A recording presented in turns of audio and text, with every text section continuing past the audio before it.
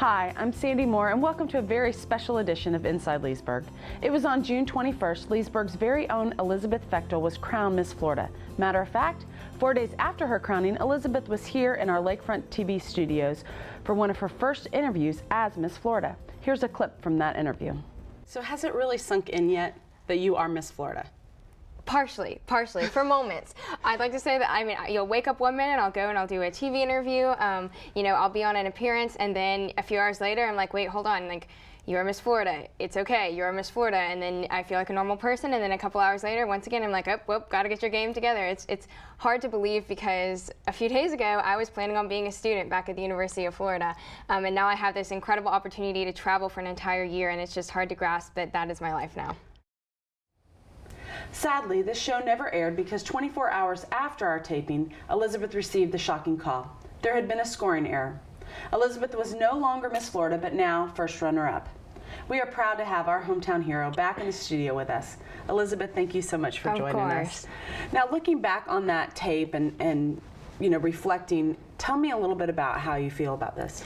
You know, my first thought when I watched the interview that we previously did was that how much time has passed, and really it's only been a week or so, but it feels so long just because of everything that's happened and so many emotions that have gone with it. And just like I was talking about in the video, the change, the mental process, and to becoming a student and then becoming Miss Florida and now going back to a student has been even more overwhelming, I guess you could say. Well, and I can't even imagine, but I just have to say, we're so proud of you. Oh, thank you. We really are. I mean, no matter what, we are just so proud of you.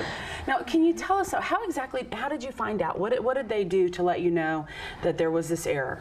Well, the executive director of the Miss Florida pageant, along with her attorney, came to my house and informed me of the news. So, of course, initially it was hard to let it sink in. It was something that when you first hear it, you're like, that couldn't be true. And I feel like that's how a lot of Leesburg and the entire public feels, is they think this can't be probable. But at the end of the day, you really just have to grasp that it was a small human error that has affected my life majorly, as well as the Miss Florida organization and the new Miss Florida. And I think it's a great lesson that everyone can take from that. Small errors do really make a difference, and you really never know what you might do that could affect someone else. So, I mean, what else can you say? It is what it is, and it happened. Well, and you're so gracious to take it like that and to say that. But I'm sure that your first reaction was not. I mean, yeah. I know that that's what you're putting out. But really, what was your first reaction? Truly, it was that I did not believe it. I just didn't believe it was real. I felt like there had to be something else out there that was the cause of the issue. But at the end of the day, it really is. That's what it is, and that's something that I've had to accept. And that's why I've received an enormous amount of wonderful praise for how I've handled the situation, which I appreciate so much. But you also have to realize, how else would you handle it? It's a factual step of life. A lot of people have professional and personal losses that they don't have the media, in their face, and they deal with it in their own way. And this is how I'm dealing with mine. And I'm really, really grateful for the support I've received from everyone. Well, and you have handled it very well. And of course, you had to get the word out. And I'm sure that wasn't easy. What did you do to get that word out? Well, that was very, very important to me, and something that I did not expect to become such a turning point.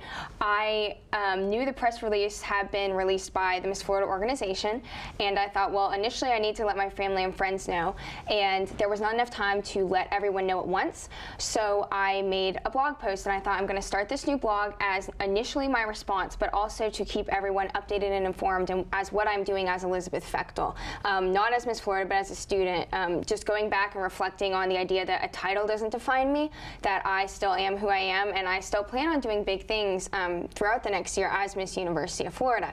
So I published this blog post and posted it on my Facebook page, and I had over 50,000 hits within the next 12 hours. Oh my gosh. And I just had to take a step back, because that's when kind of the media started getting involved, and I started receiving more and more phone calls and emails, and just really, really appreciative for the way that the word was spread, and having my words out there instead of others. So tell me about some of the reactions that you've gotten from that.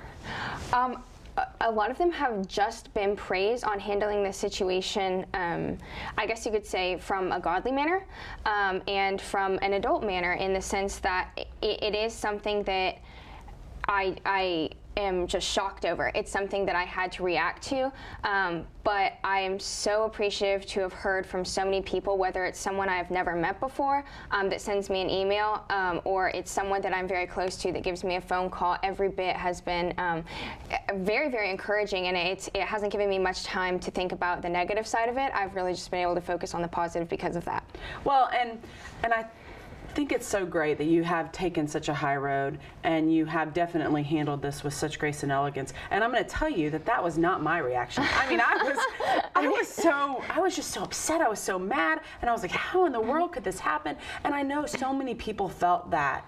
You know, how did you respond to people that were like that? Well, I think that that's what helped me not have the same reaction, is because initially I was most concerned about my friends and family, because I knew I would have a storming, raging crowd behind me. And what was so inspiring to me is realizing that I was worried about them and how they felt, because I knew that they loved me either way. And that is an irreplaceable feeling, to know that your first reaction is, oh no, I need to make sure my friends and family are okay, because you can talk to any of my family. They're more worried about my peers around me knowing that I'm doing well than they are about me, because I've been okay. You know what I mean? I've been okay in the sense that I know that everyone else is right there with me, and that means the world. Well, and you didn't have to be outraged, because all of us were. I had to calm everyone else down. I'm sure you did. And I mean, I can relate with that, because that was my first, just how does this happen? How does it take so long? Did they ever answer that question? Why does it take 5 days to let you know? I mean, as much as I wish I would have known initially, I can understand where they're coming from on waiting to tell me, because they wanted to make sure that this was the actual decision made by the judges. They wanted to confirm that there was an error. They wanted to confirm that this was the process that they needed to go through, and they needed to do the right thing when it came down to it. And as much as I wish I would have known initially, I understand that they did not want this bad publicity for me, for the new Miss Florida, and for their organization. Well, and I'm going to tell you, one of the things that I initially, when I heard this, that I really got upset about was the possibility of us not being able to really celebrate you being first runner-up. Because I just, I thought about this. I thought, man, had she been, the fact that you went was such a great thing. We celebrated as a community the fact that you even made it that far. And then, had you made it in the top 10, we would have been cheering. Right. And had you made it, and obviously, and you were the first runner-up, I just, I hated the thought of that may be diminishing that celebration for you.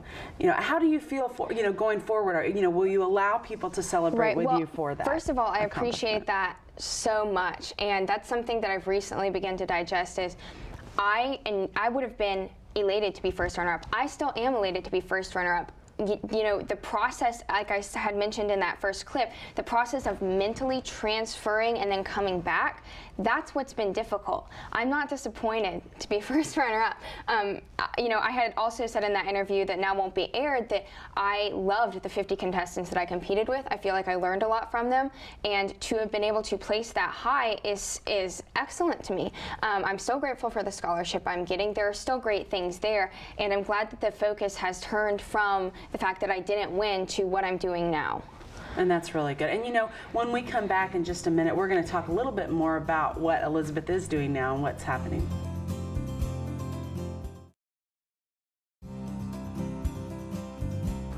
Welcome back to Inside Leesburg. If you're just joining us, we're speaking with Leesburg's hometown hero, Elizabeth Fechtel, about her disappointing situation with the Miss Florida crown, but more importantly, about how she's rising above it all.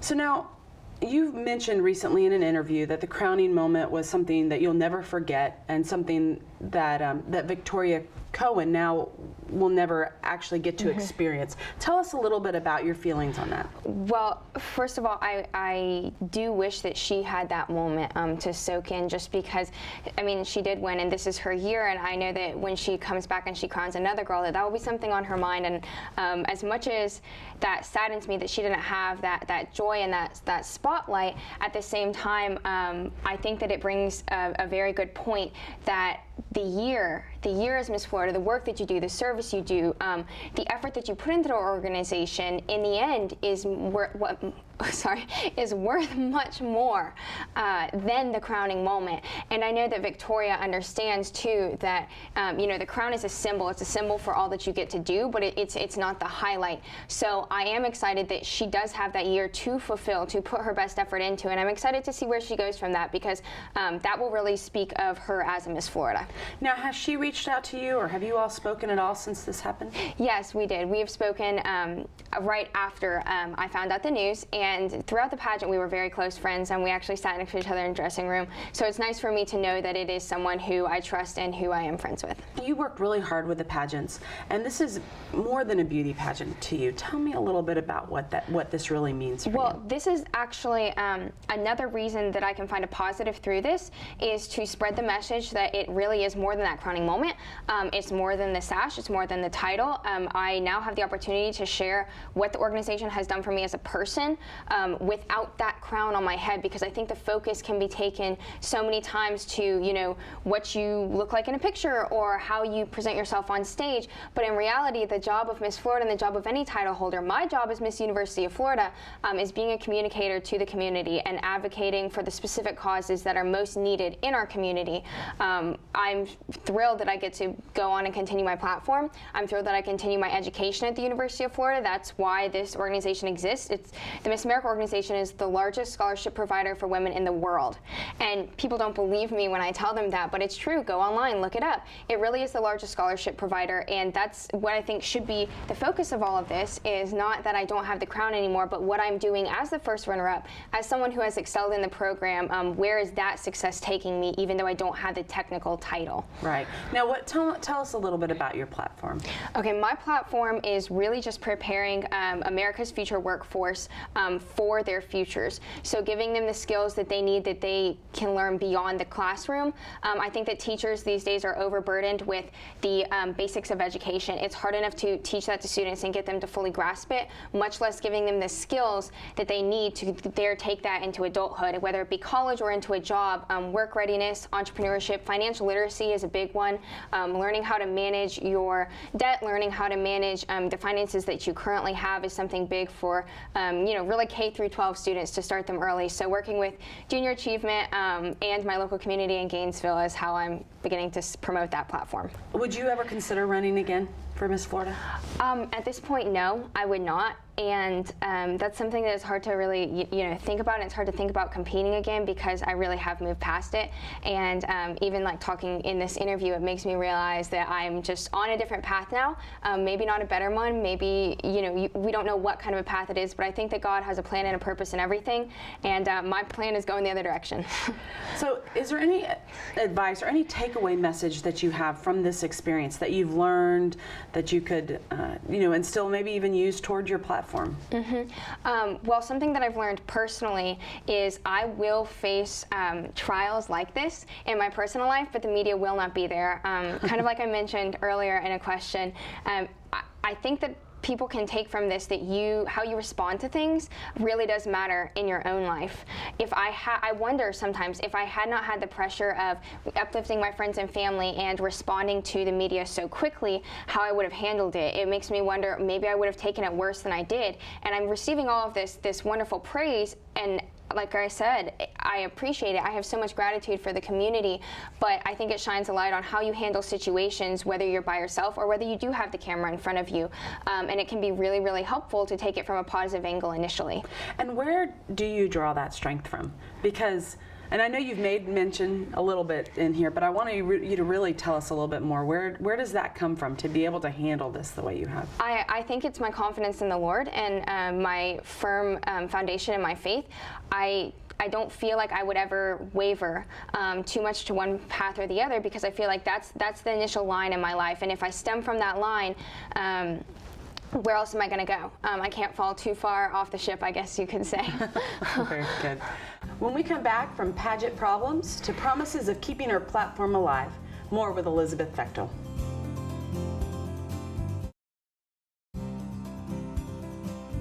Elizabeth, you're no stranger to Lakefront TV. In fact, we've pulled a clip from one of your previous shows.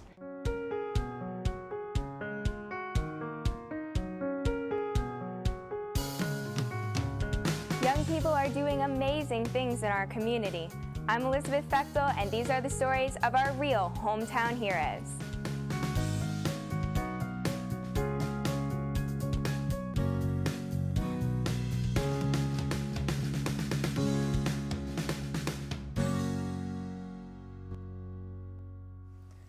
I'm here with Leah Nguyen and her mother Barbara in order to discuss their family's efforts to raise money for the victims of the tsunami in Japan. Let's get started. So now tell me about yourself and your family. Well, I go to school at the Villages of Elementary of Lady Lake, and I'm going to 4th grade. And I have 4 brothers, 1 sister, 7 cats, and a mom and a dad. All right, and now tell me specifically about the 2 brothers that helped you raise these funds. Well, my one big brother, he is 11 years old, and he's going to the charter school. And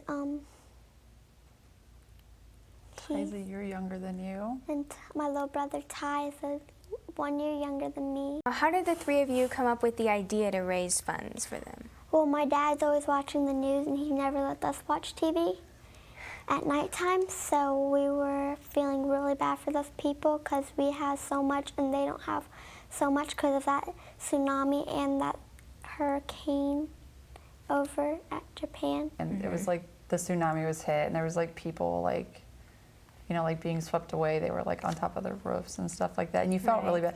And my kids were just like, you know, like, where's their parents? Like, you know, are they dying? Like, what are they, like, how are they gonna eat? And we have like this huge thing at home that we like save change, and then they had this idea to like donate money to help people. So what were you going to do with the money if you didn't donate it? I mean, you were saving it for some reason, right? We were going to save for a vacation to go to Miami. Oh, how much fun. But do you think it was worth it in the end? Yeah, it was worth it. So now tell me a little bit about what inspired you to produce that Hometown Heroes show for Leesburg. Well, I'm a big advocate of being involved with the community, and I think that growing up in Leesburg has really placed that in my heart, and coming from a service-oriented family, it was always natural for me to volunteer. And so once I was in high school and had the opportunity to work with Lakefront TV, I was so privileged to have students come on and invite them to tell about what they're doing in the community or how they're excelling in their personal lives, and hopefully inspire others to go out and either get involved or push for their personal goals as well. And I had a great time with it, and I feel like that we did a great thing for the community, and I was so grateful for Lakefront TV to enable me to be able to inspire young leaders. Now, did you ever have any aspirations of doing some type of TV or anything like that? I did, and that's I think where my interest in communication stemmed from was working with Lakefront TV. I went to college and became a telecommunications major, and now I'm going into my junior year, so I did that for the first 2 years and realized that this is something I more have an interest for, and something I'd like to do on the side, and that's why I'm very blessed to even be here talking to you, because I love this and I love sharing my heart with the community. However, I have changed my major now to political science with a focus on a minor in mass communication and entrepreneurship. So taking that to a different level, but still so grateful for the foundation that I had here.